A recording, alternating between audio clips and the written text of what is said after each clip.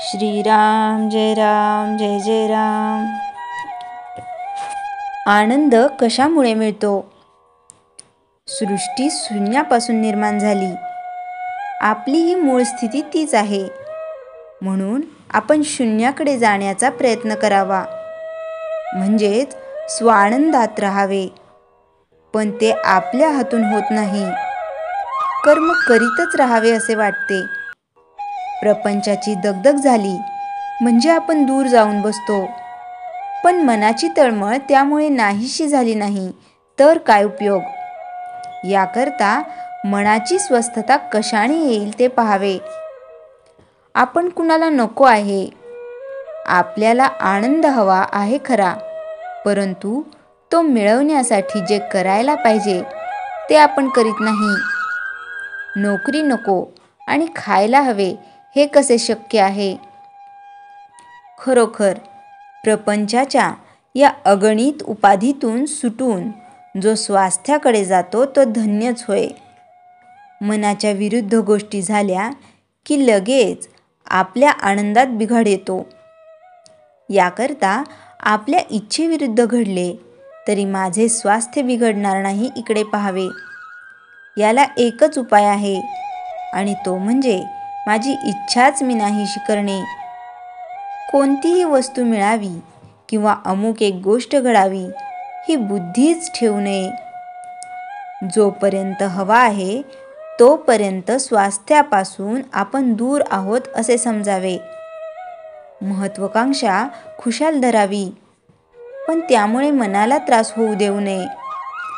भगवंताची इच्छा तीच माझी इच्छा असे म्हणावे आणि अभिमान सोडून कर्म करीत राहावे. प्रयत्न करून जे काही होते ते रामाच्या इच्छेने झाले म्हणावे. कर्तेपणाचा अभिमान सोडल्यानेच स्वास्थ्य लाभते. मागे घडलेल्या चांगल्या वाईट गोष्टी आठवत राहणे यामुळे आनंदात बिघाड येतो. तसेच उद्याची काळजी करीत राहणे यामुळे मनाच्या स्वास्थ्यात व्यत्यय येतो. होते जाते हे सर्व भगवंताच्या इच्छेने होते हे मनाने पक्के ठरविल्यावर मग विनाकारण काळजी का करावी?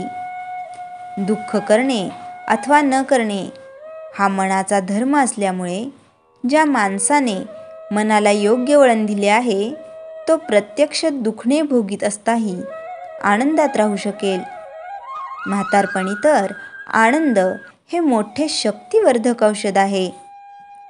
ज्याला नामाचे प्रेम आले त्याला शरीराच्या कोणत्याही अवस्थेत आनंदाचा लाभ होतो आणि ज्याला असा आनंदाचा लाभ झाला त्याच्यावर रामाने कृपा केली असे खचित समजावे.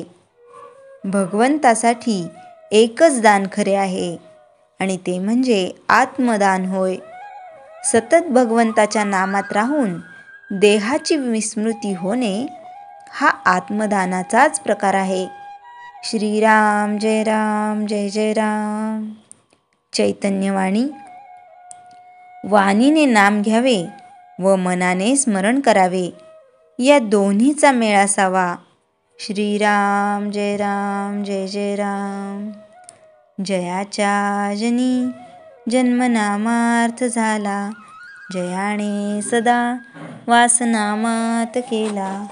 जयाच्या मुखी सर्वदा नाम कीर्ती, नमस्कार त्या ब्रह्मचैतन्य मूर्ती।